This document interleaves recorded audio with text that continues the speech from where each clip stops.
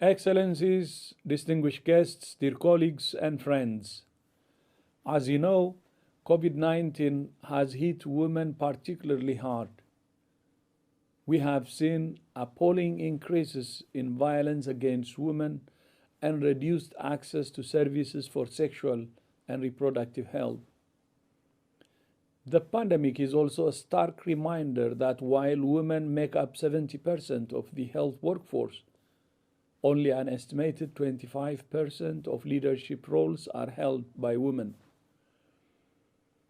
To respond to this challenge, WHO launched the Gender Equal Health and Care Workforce Initiative together with the governments of France and Women in Global Health with 4 key aims. First, to increase the proportion of women in health and care leadership. Second, to promote equal pay and bring unpaid work in health systems into the formal labor market. Third, to protect women in health and care from sexual harassment and violence at work. And fourth, to ensure safe and decent working conditions for women health and care workers, including access to personal protective equipment and vaccines against COVID-19. Thank you for your commitment and support, and I look forward to seeing you at the Generation Equality Forum. Now, more than ever, it's clear that gender transformative policies are needed to support and advance women leaders in the health sector and in every sector. I thank you. I am delighted to have the opportunity to address so many exceptional and ambitious participants at this year's Women Political Leaders Summit. In my message to you today, I would like to talk about 3 reasons why we need more female leaders, especially as we rebuild our economies after the pandemic. I like to call them the 3 T's. First T, talent. Faced with unprecedented challenges, COVID-19 outbreak, and climate change, to name just a few, we simply cannot afford to leave talented women on the sidelines. We need more diversity in the boardrooms, in parliaments, in cabinets, to enrich our debate and broaden our range of views.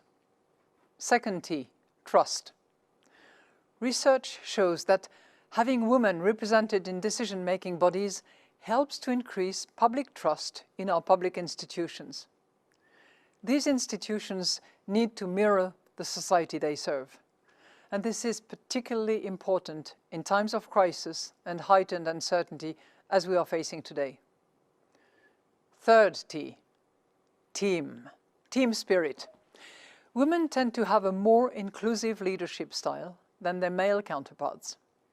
A recent study showed that female leaders were more effective during the pandemic, performed better under pressure, and rated more positively on most of the competences involving interpersonal skills. It is exactly those skills that are needed to rebuild our economies in a more equitable and more inclusive way. One lesson the pandemic and the current climate crisis have taught us is that the past no longer holds all the answers to tomorrow's questions. We need to maximize the contribution of the many skilled and well-educated women to seize the possibilities offered by a green and digital economy. And I would like to encourage all of those watching who have not yet dared to lead, to step up and take responsibility. We need all of you to rebuild our economies in a way that ensures that in the future, everyone has equal access to opportunities. All the best. Silvana, Helen, thank you for inviting me to the Women Political Leaders Summit. Gender equality has always been a priority for me personally. And the work you do to promote women leadership is of great importance to all of us. So I am pleased to have the opportunity to address you today. A week ago, NATO held our own summit. Alliance leaders met in Brussels to prepare NATO for a more unpredictable world, preserve peace and keep our 1 billion people across North America and Europe free and safe. The best way to protect our security and way of life is to stand united and draw on all of the talents that our societies have to offer. Because we all know that gender equality is not only the right thing to do, but also the smart thing to do. The military has traditionally been very male-dominated. And this has, of course, impacted NATO. As a political military alliance, we still have a long way to go. On average, the percentage of women in allies' armed forces is 12%. And at our last defense ministers meeting, 8 out of 30 were women. These numbers are still low, but they are significantly higher than a decade ago. This matters because the more diverse and gender equal we are, the more effective we are at defending our values and our people. So we have to do more, and we are. NATO has a robust policy on women, peace and security, including with gender advisors in military missions. We are gradually increasing the number of women in the military and also in political leadership roles. We know that when we bring different perspectives to the debate, we simply make better decisions. We are also training our own soldiers and commanders to be more alert and receptive to everybody's needs.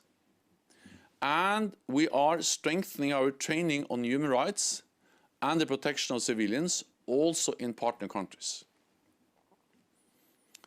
Finally, we are learning to recognize how security threats affect women and men differently. This way, we can shape solutions that will serve everyone. At our summit, leaders endorsed NATO's new policy on conflict-related sexual violence, ensuring we do everything we can to prevent and respond to these heinous crimes. They also agreed to continue to advance gender equality and integrate gender perspectives in all that we do. So you can count on NATO's continued commitment to strengthen the role of women in leadership. And I count on you to continue challenging us. Thank you very much. I'm absolutely delighted to have the opportunity to address the Women Political Leaders Summit. I want to share a few thoughts in my capacity as chair of the Global Institute for Women's Leadership. My main theme is that we are now at a stage where the best of evidence needs to be combined with new energy and activism so that we can seize a more gender equal future beyond the pandemic. Let me identify 3 key areas of work. First, women shaping the debates that will define the future. Research by the Global Institute for Women's Leadership shows that during the days of the pandemic, we have disproportionately heard male voices. To give you just one statistic, the likelihood of you hearing a female STEM expert in the media has been 1 in 20. For every woman's voice you've heard 19 men. If that continues to be the way that debate happens, then women will not have a fair say in shaping the future. It's time to change that by continuing to promote women in leadership, but also demanding that media organisations, when citing experts, balance across genders so we hear women's voices on the critical debates. Second, we need to ensure that we are making new and better efforts to track the gender pay gap and to close it. Once again, through research, we have identified better ways of tracking the gender pay gap, and informed by that, we can, through advocacy, get economies to change the way that they reward women workers.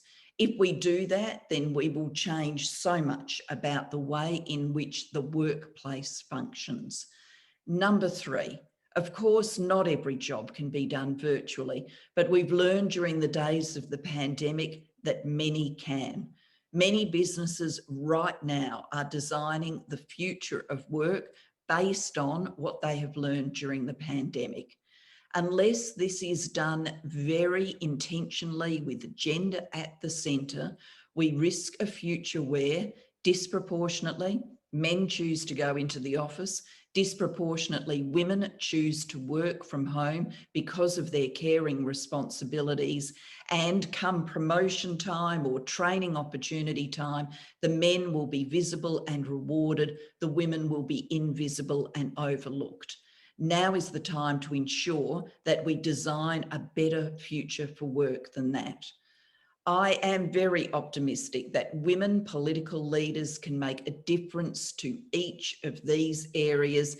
I'm looking forward to the energy and the enthusiasm that will come through the summit. I thank you.